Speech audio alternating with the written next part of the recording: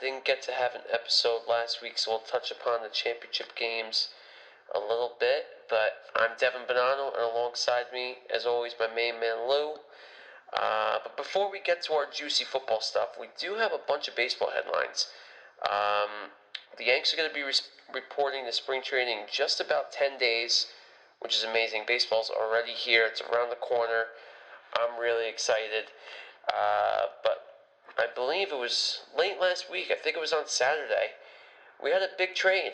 Nolan Arenado, no longer in the Mile High City. He's heading to St. Louis. So Arenado and $51 million are getting traded to St. Louis for a group of minor leaguers.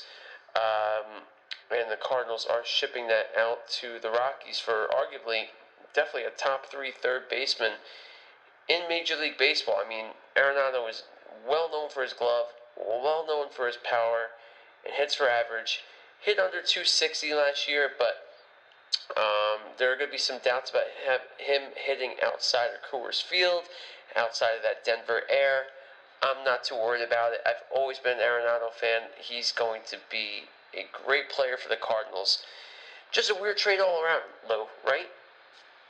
Yeah, I mean, I think the Cardinals stole him. I mean, they gave him away for prospects, and that's what they are. They're just prospects. They're not guaranteed to be anything in the major leagues. They're just prospects. So when you're giving away 4 prospects and you get $50 million with the best third baseman in baseball, it's a no-brainer. Great trade by the Cardinals. Someone can say a much-needed position. Now you can move Carpenter over to first base. And they did something really well. They got a middle-of-the-lineup hitter, which they really needed to be a big power guy in the middle of that lineup. So I love everything the Cardinals did. And the Rockies, I mean, you just start making calls for Story. I start making calls for Blackmon. You gotta see what else they're willing to give up, because they gave up. I mean, in return, they didn't get much. So you can think that maybe I could get Trevor Story for way less than I thought. So I definitely expect Story to be dealt by the deadline. I'm not 100% sure on Blackmon's contract over there, but yes, expect for the domino effect to happen and Trevor Story to be next, whether it's before the trade deadline or before the season. I think he's on his way out as well. Free agent next year. It's definitely what it seems like, how Trevor Story is on his way out. But I don't know, man. This whole thing is just a really weird situation. It's not like it's a Sean Watson situation where he was wanting out and has made it clear that he wants out and everything else. I mean, Arenado was a very low-profile guy, very liked all around baseball and in the clubhouse, and he just recently signed this big contract with the Rockies too, within the past 2 years. And the Rockies are legitimately giving him away to the Cardinals. You know? It's not even like the Cardinals are taking on the whole contract. The Rockies are giving the Cardinals $51 million. I've never seen that in the deal before. Right. I mean, that's what David Justice to the A's when the Yankees paid his salary to trade him to the A's. Right. That's one of the latest trades I can think of where that much money went in return for a really good player. And, David Justice back then was a pretty damn good player for the Yankees. And, he obviously was getting old with age, but this is not that for Arenado. Arenado is in the middle of his prime big time. To be traded like this. This is a huge trade. You're getting one of the best third basemen, the best third baseman in the league, and probably going to end up in the top 10 third baseman all time. Just traded him. I mean, I don't know why you even sign him if you're just going to trade him like that. But Arenado does have opt-outs in his contract, and we'll see if he exercises them, but he does say he plans on being in St. Louis for a little while. So we'll see what a little while means to him. Yeah, definitely a big storyline there with this trade. A lot of question marks in Colorado for sure. And their owners, they've made a bunch of weird comments. I was just trying to look it up a little while I was listening to you. Basically saying how they're a mid-market team and they can't afford to be competitive like the Yankees or the Red Sox or anything like that. I just feel like as an owner, you're not supposed to say something like that. Or if you really feel that way, sell the team. You know? And to me, I mean, Denver's a pretty big market. It's obviously not New York or LA, but I would put Denver right up there with Miami as far as the market goes. Would you? With Miami, I would have to look at it. But, yeah, I mean, Miami had to trade those guys. They were going bankrupt. So I think Colorado might be in a little better situation than Miami is. But, yeah, when you're, low-level market teams, it's really tough to compete with the big guns and signing players and things like that. You just need a really great farm system. You need to develop your players really well and, get them in their arbitration years. That's the way to win for lower-level teams, and how also, how the Moneyball aspect and how Billy Beane built his team and couldn't do it with Giambi and Johnny Damon and so on and so forth, and had, guys like Tim Hudson and Barry Zito come up in the early stages of their career and dominate and carry a rotation like that. That's how low-market teams are going to survive, is their prospects. So, for the Rockies, best-case scenario is these prospects work out and they can be competitive for the next couple of years and seasons. So we'll see what happens with them. Yeah, we'll see what happens with the Rockies. Definitely not the end of that out in Denver. Sticking with baseball, just a few quick storylines here. Yesterday, on Tuesday, Dustin Pedroia officially announced his retirement from Major League Baseball. He was a 14-year veteran for the Red Sox. Really, really great second baseman. If he was not a Sox, I really would have looked up to him a lot more. Would have had his jersey or T-shirt or something else. I just could have never bought any Dustin Pedroia memorabilia. I just couldn't growing up.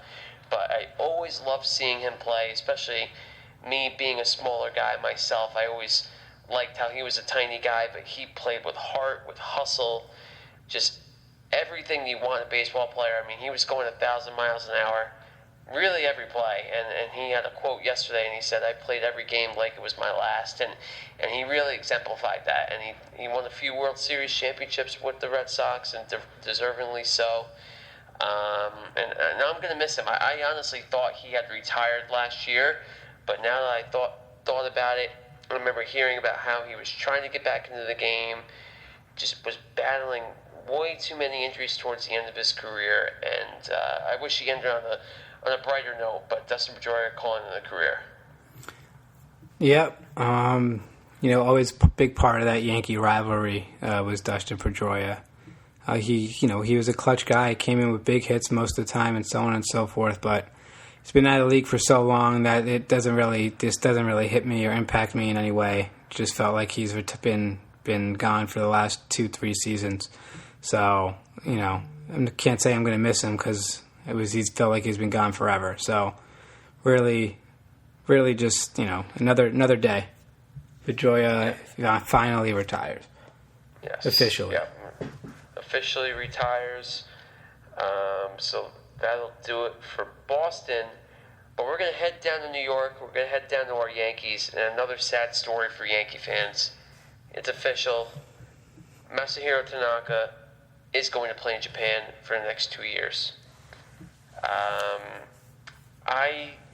From a fan standpoint, there's a lot of ways you could think about this. I mean, it is emotional because Tanaka really embraced being a Yankee. He was a fan favorite and was a clutch pitcher, man. I mean, he performed in the postseason regardless of how he ended his regular seasons. He was amazing in the postseason, and you wanted him on the mound if you were a Yankee fan. In the postseason, he was almost always lights out, except for his last postseason performance. Didn't really have a good one, but he was a great Yankee, and there was a lot of hype when he came over from Japan back in 2013 and signed that 7-year deal. As dominant of a pitcher as he was, I think he lived up to the hype, Lou. I'll come out and say it. He was a great Yankee. His numbers were great. He didn't get that championship, but the Yanks were close. The Yanks were close, and he really did his part. And in those weird years between 2014 and 2016, he was the ace of the staff, and he performed like it. those weird days where, oh my God, like with the Bartolo Colon days, I think he was in the same staff as him, or maybe I'm dating myself a little more. But he held his ground, and then obviously Sevy started coming up, so he was really number 2 guy. But I'm going to miss Tanaka, and maybe he'll come back, and I would love to see it. But he seemed very upset about not coming back to New York. And Cashman said we would love to have him back. But instead of bringing back Tanaka, they chose to bring in Jameson Talion and Corey Kluber, too. So if you're going to have 2 pitchers, 2 arms in that rotation for the price of 1, I guess you got to do it. Yeah, it was hard to see him go, but, it's one of those smile because it happened scenarios. He came in here, barely spoke the language, knew, and the guy started, 10 opening days in a row for the Yankees, just reliable, top of the rotation guy, always had that UCL thing hanging by a thread. It could go at any moment, never went. So it was, I'm happy for him. I'm not mad at his career here at all. Obviously dominant in the postseason, and one of the guys I wish could have gotten a ring with the Yankees, but can't, it's hard to win a championship in this league. And, I wish Tanaka the best. I'm definitely going to miss him. Just not having that rock in the postseason rotation. But off to the Golden Eagles he is, and the Yankees are off to James Talion. You're hoping for him to be a guy like Tanaka in a way, production-wise. Has a lot of upside, so they went and got him. They took a flyer on Kluber, and they have some young guys coming up in Garcia, Schmidt, and, Montgomery, Loizaga, Herman. They got guys that can still throw. There's a lot of depth to this rotation this year, which the Yankees haven't had much at all. So they got that going for them so far. So I mean, I see why they didn't bring him back. Stinks to not have him back, but obviously you're gonna wish him the best, and I hope he dominates with the Golden Eagles and he brings home that sword that the NC Dinos have out there. Oh no, that's Korean. That's the Korean baseball league. That's a KBO. That's a huge sword, right? That's the KBO. Yeah. But hopefully he can dominate with the Golden Eagles. Yeah, that trophy's sick. The trophy is sick. But yeah, hopefully he dominates over there. Yeah, I wish him all the best. Hopefully he comes back. Look at his numbers real quick, Lou, before we head on to the next subject. But he was 78-46 with a 3.74 ERA for the Yanks. Those are great numbers. Yep. Great numbers. They're not Hall of Fame numbers, but they're numbers of a guy you want in your rotation. You say, if that's what he'll give me for those amount of years, I'll take it. I'll take it, exactly. Someone returning from Japan, actually, is Gerardo Parras going back to the Nats. More Baby Shark action there for Nationals fans. Not having the fans last year in the stadium, maybe you're going to get some this year doing the Baby Shark for Gerardo Parra coming back from Japan, playing for the Nats. Yeah. Yep. They'll be playing in Nats Park for sure. And real quick here, Didi going back to the Phillies with a 2-year deal. Nelson Cruz going back up to Minnesota as well with a 1-year deal. And then as of today, we learned, or rather yesterday, there was a proposal sent by the MLB to the MLBPA for a 154-game season that included the expanded playoffs, and the Players Association did deny that proposal. And like you were saying, Lou, and you can elaborate as well. I think the real selling point there was the expanded postseason, and I agree with the players. You lose value. You're playing 154 games. Why am I going to play an extended postseason when half the teams in Major League Baseball can make the playoffs? Just doesn't make any sense. But MLB's just trying to recoup as much money as they possibly can. Yes, definitely are trying to recoup the money thing there with expanding the playoffs, but you could expand the playoffs without allowing teams in. I mean, I've been saying make the wild card round 2 or 3, not 1 game, and make the ALDS a 7-game series. You're telling me you couldn't use Yankees-Rays last year, a 7-game set instead of a 5? I mean, you're adding upwards of, well, you're up to what, 1, 2, 3. You're adding 4 more games per series there, like per DS wild card, and for then in each league that's upwards of what, 16 games you're adding. I don't see what the problem is there if they just did that instead. And I think the players would definitely go for that, especially if you give them the expanded DH, because guys like Nelson Cruz could have maybe gotten a better deal with a National League team that could have used him.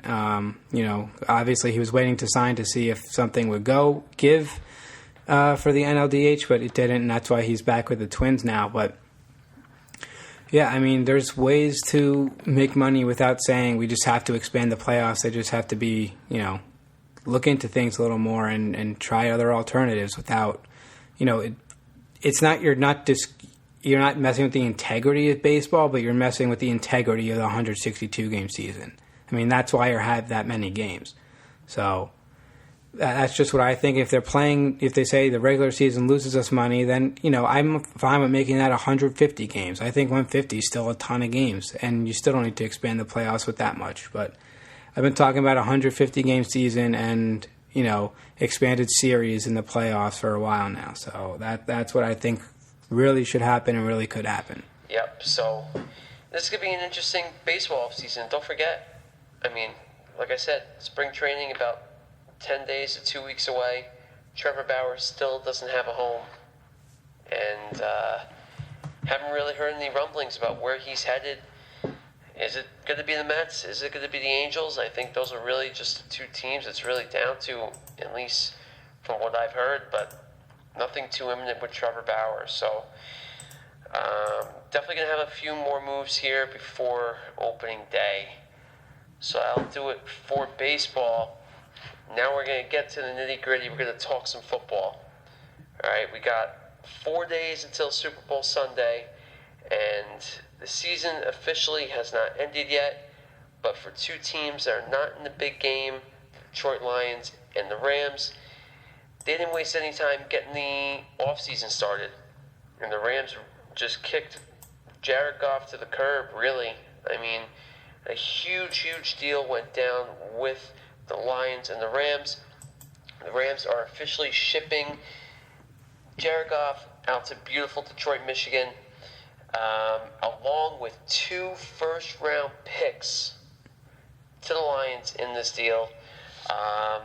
Lou, give me your initial thoughts before I give you mine. Well, the Lions absolutely fleeced the Rams here. They're giving him a 30-plus-year-old quarterback, and in return they're getting Jared Goff, who's been to the Super Bowl. Don't let that go underrated. Jared Goff has been to a Super Bowl, and one of the, his defense was great, but the offense was not bad either. So he's been to the Super Bowl. He's still young. He's on a larger contract. That's probably one of his faults, and he's not a quarterback that can take a team to the next level and elevate a team and put the team on his back kind of quarterback, but he can definitely play some good games, and he is a starting quarterback in the league for sure.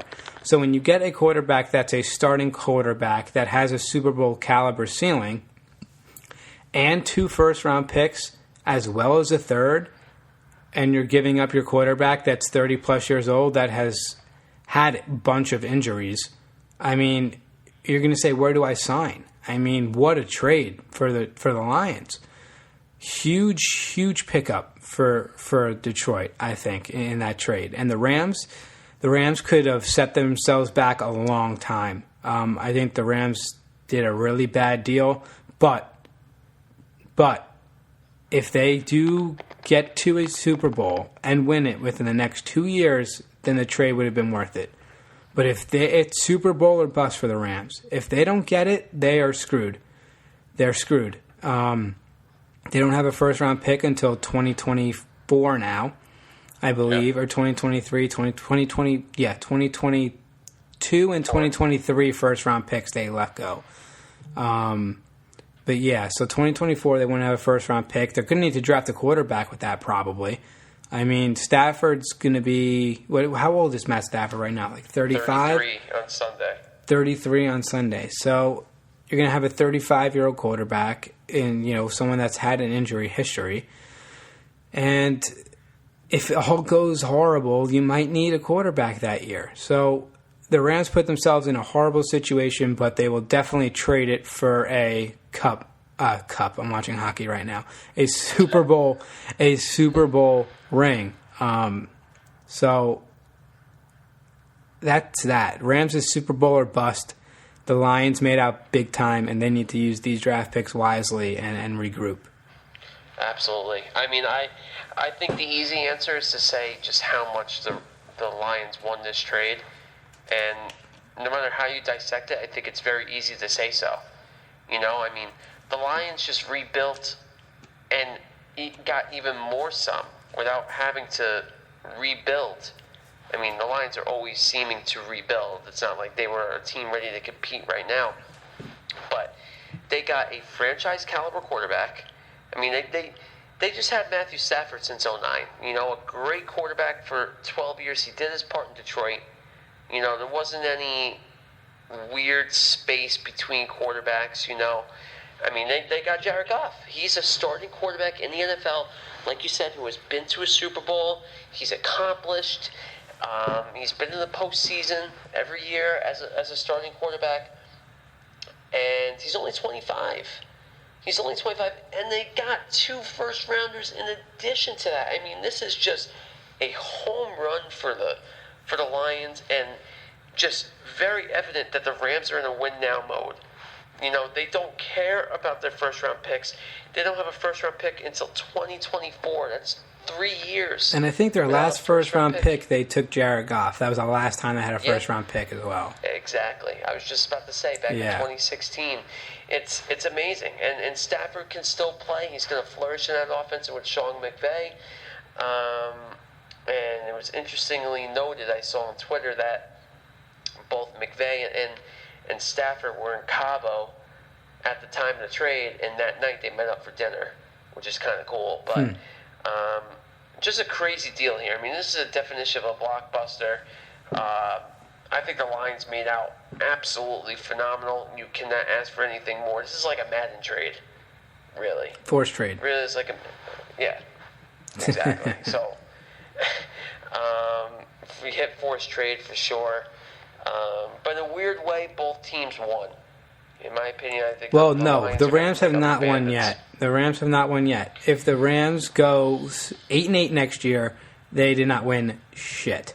They need to win a Super Bowl in order for them to win this, or at least reach it for me to say, all right, it ended up being a good deal. You're right, because it depends on Stafford's performance, but Stafford has also been playing great with really one weapon on offense, and Kenny Galladay. And I'm not. He barely too played worried last about year. Stafford. He played in like 5 games, I think. I know, but the year before he led the league in touchdowns. Yes, he's a very good player. Galladay. Free agent. He's a very good player. Free agent, exactly.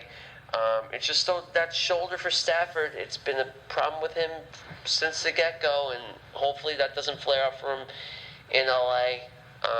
But just a crazy deal, and hopefully Watson to gangrene is next. So. Yeah, well, Watson's going to warrant about 4 first-round picks after this one. So. I don't think you can measure a Watson trade based off of this deal, just because of the magnitude, or rather, just how big Goff's contract is. Well, you can measure it, and it's going to be more than what they got. That's how you can measure it. It's going to be more than 2 first. It's going to be more than 2 first, a third, and a ready now quarterback. It's going to be more than that. I don't think you could judge. I think it's not going to be less than that. No, it's not. It's not going to be less than. I mean, Lou, what Watson's going to get, and we're not going to talk about Watson, but what Watson is going to get if he gets traded, it's just such a unique situation. A 25-year-old quarterback of his caliber. I mean, Goff is not in his league. Right, and exactly, and Stafford's not in Watson's league either, and that's why Watson is going to warrant much more than Stafford is. So 2 first, a third, and Jared Goff. For the Jets, it would cost maybe 3 or 4 first-rounders, Darnold, that's what it's going to cost. 3 firsts and Darnold if you're the Jets. That's what it's going to cost. And I think Houston's going to ask for 4. But who knows with Houston? They're saying they don't want to trade him. But let's move on to the good stuff, Dev. Yeah, we'll move on to the good stuff. We'll find out about Watson. We got a long off season to speculate. An exciting off season. This off season in the NFL is going to be absolutely wild. It's going to be awesome. It's going to be a crazy one, and there was a lot of uncertainty, obviously, once the offseason got started with the NFL, with the virus, and whether or not the season would be played or whether or not the Super Bowl would be delayed. And here we are. We're here on Super Bowl Sunday. No delays in the season.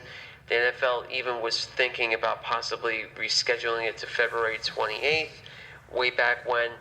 They didn't even have to do that. And on top of it, there's going to be about 8,000 fans at the game. I believe it's 7,500 to be exact. We got to give it to the NFL here. Being able to get this game underway.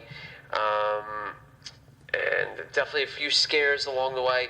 But the NFL did a great job. So it's going to be Kansas City and Tom Brady's Tampa Bay Buccaneers. The Bucs surprised everybody going in the Lambeau and really outplaying the Packers from the get-go. The Packers just shot themselves in the foot from the play calling and just from their performance all around.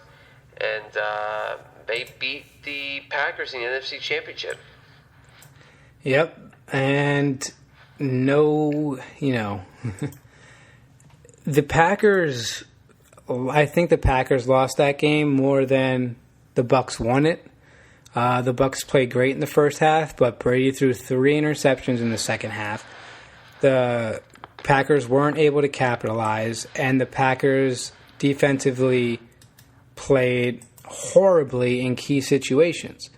Horribly. I mean, you at the end of the first half.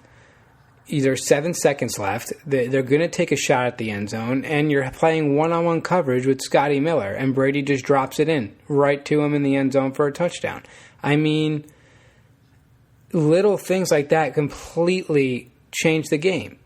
That game doesn't happen. That play doesn't happen. I think the Packers win, and the under hits, which I had. I'm still mad about the over hitting in that game. Would never hit if Scotty Miller doesn't score that touchdown. But it's unfathomable to me. It's like Greg Williams came down and made that call before the half to play one-on-one coverage with Scotty Miller. I mean, it's just crazy that's what they came up with before the half. That was a huge reason why the Bucs were able to win that game, was that one single play before the half. And then in the last drive of the game, the Bucs are going for a first down and try to put the game away. And there's been hand fighting by receivers all game. Nothing's being called whatsoever. The Bucs even had an interception where I felt the guy's arm was inside the receiver's shoulder pad, yanked on the receiver to put himself in a great position, pulled the receiver back, and then jumped in front of him to grab the ball. And I was like, all right, well, that's holding. They didn't call that. And then on the last play of the game, you just grabbed the wrong part of the jersey. You grabbed the stretchy part of the jersey. The referee saw that and couldn't help but throw the flag. I mean, it was an absolutely holding call. It absolutely was. But there were other holding calls that they absolutely missed in the game. That's just the one that they called, and unfortunately for the Packers, that meant that the Bucs were going to the Super Bowl and they didn't have a chance to try and answer. But that was a huge call in the game. After letting them play all game, they throw that flag. And if you see, in the other replays, they have Tristan Wirfs holding. There's hands to the face on the line. I mean, to throw a flag in that situation and miss some others out the game, it's rough. That's a very rough way to end. But you're not going to blame the officials for this loss. The Packers defense didn't get the job done in crucial scenarios, and Aaron Rodgers didn't get enough touchdowns off turnovers. So then that was that. Just a heartbreaker for the Packers. Aaron Rodgers is not to blame in this one, if you ask me. just some poor defensive play in crucial situations, and one call that may have changed the game at the end. But the Bucs are in the Super Bowl. Tom Brady's there. Kind of crazy that Aaron Rodgers and Drew Brees have, been to one. And here's Brady in his first year in the NFC beating Brees and Rodgers, and he's in his first. Just crazy. Yeah, I couldn't say it better myself. I won't elaborate on that. Pretty much, we were watching the game together on Championship Sunday, and I just don't think there's any other excuse besides the Packers shooting themselves in the foot. That's all it was. The Bucs gave them that game in the second half, and the Packers are pretty much saying, nope, we don't feel like going down to Tampa and playing in the Super Bowl. And it was pretty evident all game, and I'm just very upset that a team will be playing in their home stadium in the Super Bowl for the first time in history. I know I keep saying that, Lou, but that was something that was a really cool stat I've always been very interested in, and a few teams have come close. I don't know if anyone's even gone to their respective championship game and been one game away. I don't know off the top of my head, but I know a few teams have come pretty close. But the Bucs will be the first team to play in a Super Bowl in their home stadium, so they will have a home field advantage if there is one this year. So they will be playing the Chiefs, who had a little bit of a scare in the AFC Championship game. They were down 6-0 to begin the game. Yeah, and the Chiefs are always start slow, man. Yeah, they really do. Yeah. They always start slow, but I mean, they're a high class team, high caliber team. I really think that this group of guys will go down as one of the best group of guys to play in history in the NFL, especially with having Tyreek Hill and Travis Kelce and obviously Mahomes too. And they have a formidable defense, just a middle-of-the-road defense that gets the job done with a very, very experienced and Super Bowl winning defensive coordinator, one that you know very well, Lou, and Steve Spagnuolo. It's just the Chiefs are just so good, man. Even when you have them down, they're just so methodical on offense. They just somehow just move the ball so quick and so effortlessly. I mean, it's like an art watching them play offense or move the ball down the field. It's great. It's like flag football for the Chiefs. But yeah, that AFC Championship game, they just, they went down early, but after that it was all Chiefs. You never had any feeling that Buffalo was going to get back in that game and win. But they did have a great season, and there's a lot to look forward to if you're a Buffalo Bills fan. Oh yeah, they're going to be good. They could run that NFC East for a while there if Miami and the Jets still have their quarterback issues and so on and so forth. I mean, Miami has a great team. Depends how you feel on Tua for if you're Miami, but the Bills have a lot to look forward to in that division and going forward. But the Chiefs come out victorious, 14-2 during the regular season, back in the Super Bowl. Mahomes' second Super Bowl in 3 years, could be his second win. But we'll see what happens on Sunday. It's going to be a great game. I think that for teams that are both starting out, both teams like to start out slow. The Bucs tend to start out slow. I know they had a great first half last week, but throughout the year, the Bucs have had slower first halves than they do in the second half. So I like a lot of scoring late in the game by both these teams. Maybe they're getting their footing in the first half, but these two teams are going to go at it in the second half, and it's gonna come down to the wire. This game, it really is, and whose defense is going to stop what quarterback at the end of the game? That's what it's going to come down to, or which quarterback's going to win it. So we'll see what happens on Sunday, but I'm very much looking forward to this game. Absolutely. I think this game is going to be great. A Brady Mahomes Super Bowl is going to be legendary. I've been seeing a lot of headlines, kind of a passing of the torch type of thing. Mahomes still has a long way to go. Brady's literally the GOAT in any sport. for that matter. But especially passing the torch for just being the best quarterback in the NFL. It's definitely a good headline for sure. And I think we're going to look back on this towards the end of Mahomes' career, and when Brady is literally 60 years old in 15 years, and say, wow, Brady and Mahomes got to play each other in the Super Bowl. That is very cool. And as a football fan, you have to appreciate that. And I think this could be a good game too. I really, really do think so. And that'll kind of bring us into the game and what we think is going to happen. Especially, Lou, we'll just talk about this number here, this 55.5, this over-under. It opened up at what? 57. 58? 57. So it's dropped down 2 whole points, which is it's pretty big. I mean, these are 2 offenses that could definitely score, especially with the defenses kind of being middle of the road, like I said. And there's a lot of question marks as far as the forecast goes for Tampa on Sunday. Definitely some rain in the forecast. Some people are saying it's supposed to rain all day. Some are saying it's going to start towards the end of the game. And that could definitely play a factor too, which is why I think the number dropped. And I don't know. It's a high number, but both of these offenses can score.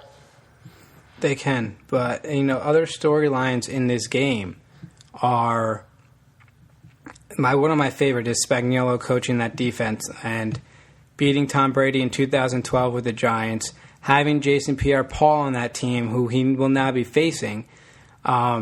So many storylines here that are intriguing. I love the Spags one. And, the Chiefs have their left tackle and Derek Fisher out. That is tough to overcome, having your star left tackle out. Not an easy thing to do whatsoever, having your left tackle out. And now, a backup guy's going to have to come in and face Shaq Barrett and JPP, and that is no easy task whatsoever. So they have that going. And we'll see if Spags' defense can come up with something great, and he knows how to beat Brady. He's done it before. So that's the biggest thing for me. It's really this Chiefs defense versus Brady. That's what it's going to come down to. If the Chiefs defense can stop Brady in that offense, I really like the Chiefs' chances in this one. And that's really that. It's going to be Spags and Brady again. That's the main storyline for me in this game. Yeah, absolutely. I agree with the Chiefs missing 2 pieces on the offensive line. Going to be pretty tough for them, especially on the left side, the blind side for Mahomes. That's arguably the most important piece of the puzzle on the offensive line. And the Bucs definitely do have a good rush. And I didn't even put 2 and 2 together with Spags going up against Brady for the 3rd time in the Super Bowl. Well, second time in the Super Bowl. The first time was Perry Fuel. Oh, okay. All right, yes. So just 2012 then. Okay, so second time going up against Brady. So he definitely knows how to beat him in the big game for sure. He's done it once with the Giants. And, like I said, this could be a great game. And I can't wait to see what this KC offense is going to do against that Buck defense. They absolutely torched them in the first half. When these teams did play in Week 12 this year, of course, it was the game where Tyreek Hill almost had 300 yards receiving. So they're going to be watching a lot of tape on that game. The game was in Tampa too. So we'll see what happens with this game. I'm just very excited anyway. And I guess we can go into our picks, or we'll start off with our prop picks, Lou. What do you think? All right. So this week we're going to give you 3 picks. We're going to give you our best prop, who's going to win the game, and the over and the under. So first, my prop that I like a lot here, I was looking through, and I always want something with good value that I really think could happen. So I saw I went to the penalty section, and I'm like, you know what? The first penalty of the game to be an offensive or defensive hold was plus 290. So I kind of like that. Holding penalties are very common, but it has to be accepted. So the key there is there's a 5-yard holding penalty, but your guy threw a 20-yard pass and they don't accept it right away. So that's the risk you're taking on the holding penalty. And then I saw false start is plus 370. False starts definitely happen. The Chiefs got 2 new offensive linemen in there, and a false start is going to be accepted 99% of the time. The 1% is on punts. Sometimes you see people not accept false start penalties. But I like both of these props here, and I'm going to take the holding call at plus 290 to be the first accepted penalty of the game. I just think holds happen, once a quarter. You're going to get a hold on somebody, and just need it to be the first accepted penalty of the game. So I like that at plus 290. Yeah, I honestly like both of those props, Lou, and I'm probably going to go in them with you. FanDuel, and obviously probably most of these sports books are going to have a ton of props, and you're going to miss out on some props that you wish you had seen, because I know I'm going to feel that way, and it's going to make your head spin. But Lou, 2 great props there. Definitely don't blame you at all. One that caught my mind that I'm definitely going to throw some cash on. I love this. It's plus 550 as of right now on FanDuel.